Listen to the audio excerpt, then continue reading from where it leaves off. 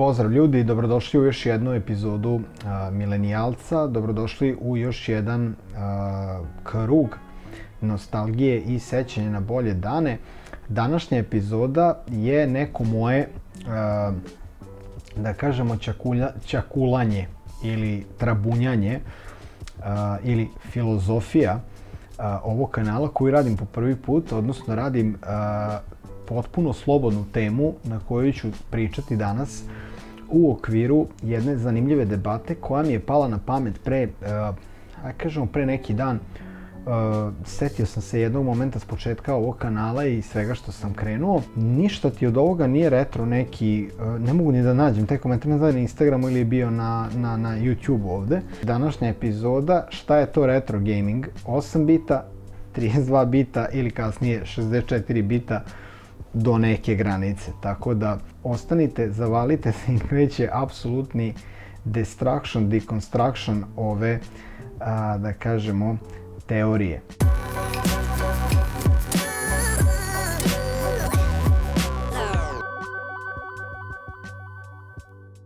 Kao što je naš anonimni kolega rekao i ono što sam ja na početku epizode ispričao, sam koncept ove današnje epizode bit će slobodan flow. S moje strane to prvi put u životu radim. Tako da ja ću dati svoje mišljenje, vi ćete u komentarima dati svoje, možemo napraviti i drugi deo, pa ćemo uključiti neke komentare koje budete ostavljati. Jako bitno da se uključite dole u forum da raspravimo ovu temu. Sada, to je ipak 16 bita gaming, ja sam napravio grešku, 8 bita, 16 bita, no nebitno. Sve to spada pod retro gaming, ali do te granice. Ja bih da krenemo priču polako i da vidimo u stvari gde se mi trenutno nalazimo. Iako neke konzole danas pune 30 godina, već 32 faktički, Sony PlayStation 1 sa svojom 32-bitnom arhitekturom, ne možemo a da se ne osvrnemo na to i ne uporedimo to sa nekim old-timerima i nekim stvarima kojima je vreme prošlo i koje su retro. Dakle, to bi jako bilo zanimljivo da sad neko kaže da fiksni telefon nije retro, a da još onaj telefon s brojčanikom, koliko se mi sećamo, video sam neke klipove da današnji Gen Z klinci ne znaju da pozovu nikog na taj telefon. Dakle, ne znaju da vrte onaj Alo Požega brojčanik, tako da vrlo zanimljivo što mi sad vodimo debatu oko toga šta je retro, a prosto retro je ono, po meni, čemu je prošao vek upotrebe, trajanje ne mora, ali vek upotrebe u nekim normalnim sadašnjim vremenima. Dakle, sve ono čemu vreme prolazi kao što je tehnika i tehnologija i to i 8 bita i to i 16 bita i 32 bita eri, vreme prolazi i oni odlaze kao kola tamo 30 plus godina u neki retro vibe, tako da negde po meni ovaj komentar i nije bio dobar jer mogu da se složim do neke granice da je generacija X imala taj period kada su imali grunge, imali su ne znam, Spectrum, imali su Commodore, Atari, ali to je sve bilo njihovo vreme i to je apsolutno prihvatljivo da je to retro u njihovo vreme jer sad dolaze neke druge stvari. Međutim, primećujem da upravo komentar kao da je došao od nekog Gen X-a, a Gen X-ove nekako više gotivimo nego Gen Z-eve i ove alfa, jer s njima nemamo neki poseban dodir, mislim malo, da kažem, ne mrzimo se, ali se nekako sukobljavamo u mišljenjima. Ono što mislim da je kolega mislio ovde, sad to je neka moja teorija, jeste da je on u stvari poredio neke stvari koje su njemu retro, na kojima on kao klinac odrastao. Dakle, jako je zanimljivo da mi milenijalci imamo dodira i sa tom vrstom retro konzola, a da su nama retro i ove konzole. Verovatno su te konzole njemu bile savremene konzole kao što je PlayStation 2 ili Xbox 360 ili PC3, jer u tom momentu on ima nekih 20 godina i to doživljava možda kao moderne konzole, jer u tom momentu možda prestao da igra već igrice, prešao je na neki PC gaming malo ozbiljniji, već prestaje da igra i onda je ono jedino što je zapamtio bila, ne znam, trojka, dvojka, Cats, PlayStation ili neka trojka do kraja, da kažemo da mu to bila granica, pa čak i da je prestao 2013. kada je četvorka izašla. ali nemoguće je da čovek kaže da nije retro nešto što ima preko 20 godina i ne koristi se, faktički se više ne proizvodi, nije u serijskoj proizvodnji, postoje neki anniversary neki modeli koji su izlazili, neki setovi, ali je neverovatno da je on izgovorio to da to nije retro. Sad, neko moje mišljenje je da nije u pravu, da sve ono čemu vreme prolazi po meni negde, postaje retro onog momenta kada se tako više ne koristi masovno, ispada iz serijske proizvodnje i faktički ga više nema. Dakle, vi u tom momentu krećete lagano to da skupljate, jer toga više neće biti u toj zvaničnog proizvođača, u toj nekoj meri. Kada pričamo o igrama, naravno ne pričamo o slikarstvu i ne pričamo o oldtimerima, ali i tu možemo, naravno, od smrti autora, od automobila koji je kad i proizveden. Dakle, sve te stvari koje nisu u serijskoj proizvodnji, nema ih, faktički postoji negde retro zanimljive za skupljanje. Tako da negde mislim da i on možda mislio na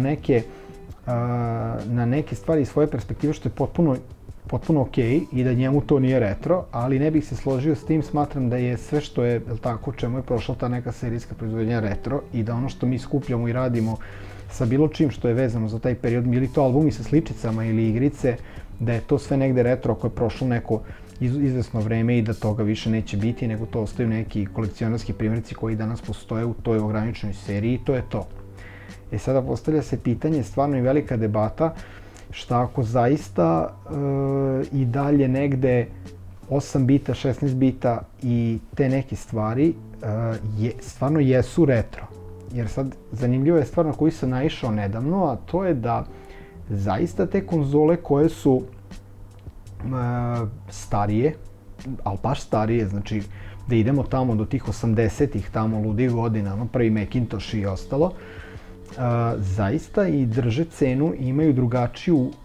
drugačiji cenovni rang od sad recimo Sony dvojki, Catcheva i ostalo. Naravno, vrlo verovatno će svako od vas reći da, dostupnost, pravo ste.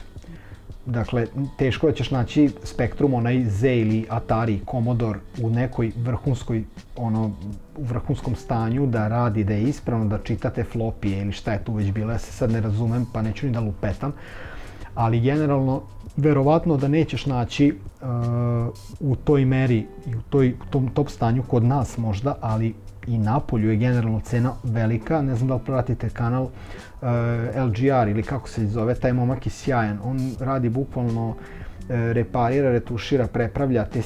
stare Office mašine, Macintoshe, prve Pentiume,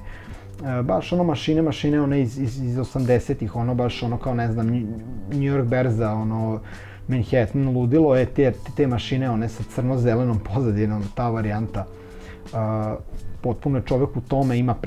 čini mislim preko 1 milion subscribera, ako ne i 2, baš je poznat i njega često pratim, obično svaku mašinu testira, ono klasika, Doom 3, ne znam, Quake, odigra nešto od toga, odigra Wolfenstein 3D i onda odigra to da vidi da ona može da vrti slično ako je mašina u tom nekom rangu, ako je DOS ili nešto, ali generalno postoji jedna ta priča koja se tiče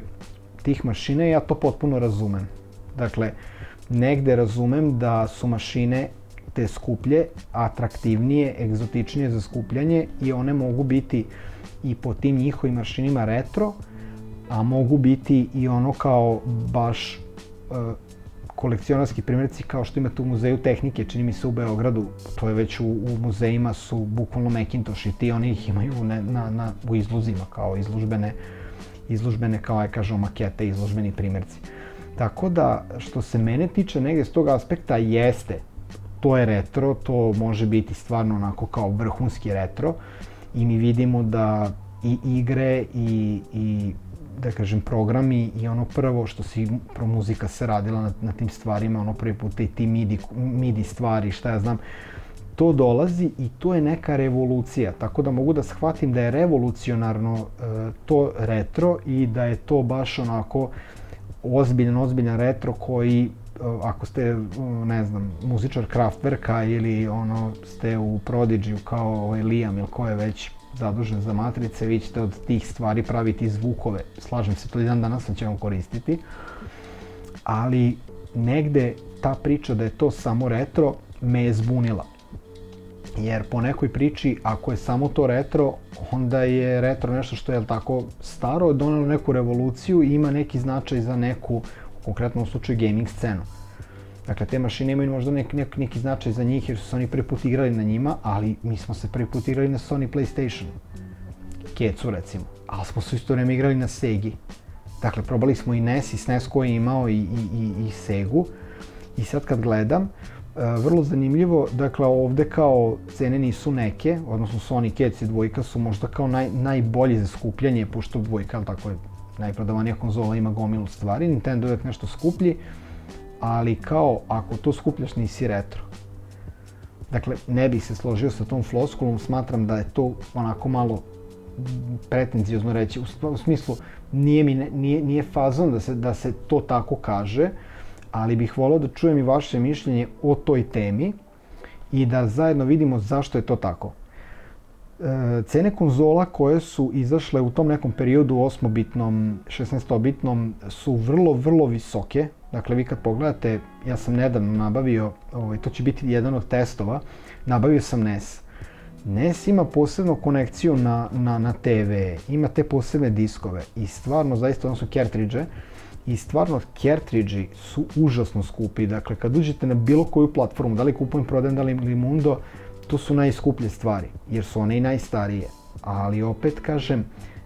onda idu, ne znam, SNES koji ima nešto jeftinije, imamo tamo i onda čak imate igre za, evo recimo igre za Nintendo 64 su poprilično skupe. Zelda za Nintendo GameCube koja je novija konzola su skupe. Da ne govorimo o Sega Dreamcast koja je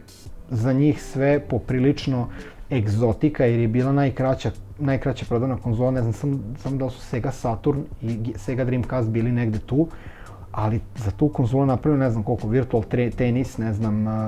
da li je bio Sonic i bio je Crazy Taxi i ne znam koja još igra. To su baš egzotični primjeri igara gde vi imate novije konzole koje su opet na neki način matore, stare, ne proizvode se više, a imaju neki uticaj na gaming scenu, imaju neku cenu. I sada se to u stvari poredi sa nekim 8-bitnim, 16-bitnim cenama konzola i traženosti i opet jeste. Dok sam nabavio i SNES i NES, potrošio sam, sad ovo supruga da ne čuje, ali potrošio sam izvesnu dozu novca nekih, ma možda ajde, nisam potrošio ni toliko, mislim stvarno da to nema cenu ako skupljate, ali generalno negde oko, da čekate cenu da kažemo tako da, ali negde oko 100 eura su mi izašle dve konzole što nije puno, ja mislim da nije puno, sa džojsticima je čak imala jednu igru, NES nije imao igru, nju sam licitirao negde na Limundu i baš sam bio zadovoljan kad sam je kupio, ali obe su izašle negde manje od oko 10.000 dinara, ali kao borio sam se za njih da ih dobijem i odmah drže cenu, odmah se ta cena penje. Ako ih ne dobijete po nekoj tuj ceni gde je ne znam neka licitacija ili ih je neko našao na nekom buvljaku pa i slično, ali one generalno drže cenu.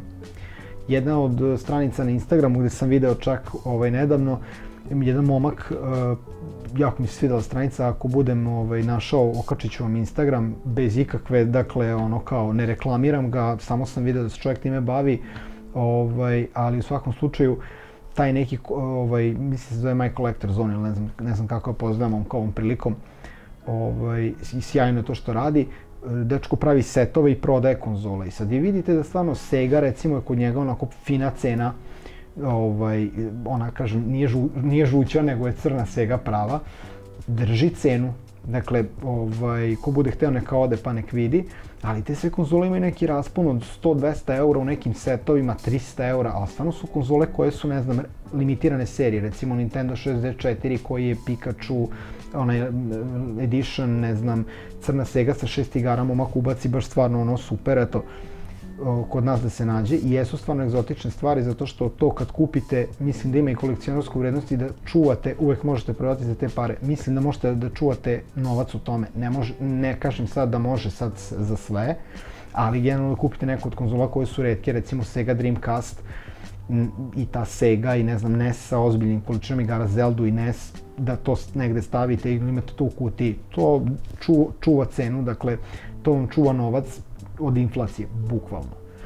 Tako da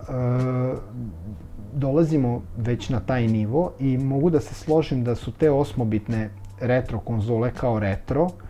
ali ne bih se složio sa tim da je samo to retro. Dakle, sve čemu vreme prolazi nije serijski tu, mislim da je retro. Dakle, cena ne formira to i odnosno traženost ili potražnja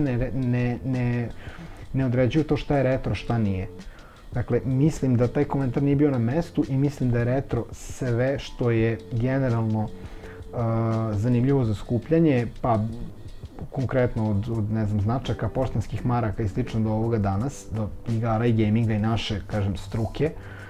ali ne bih se složio s tim i smatram da će sve više kako vreme odlazi logično sve ovo biti retro. Tako da, što se konkretno tiče 8 bita, 16 bita, 32 bita, ja sam za sve. Dakle, mi svi koji skupljamo nešto gde pravimo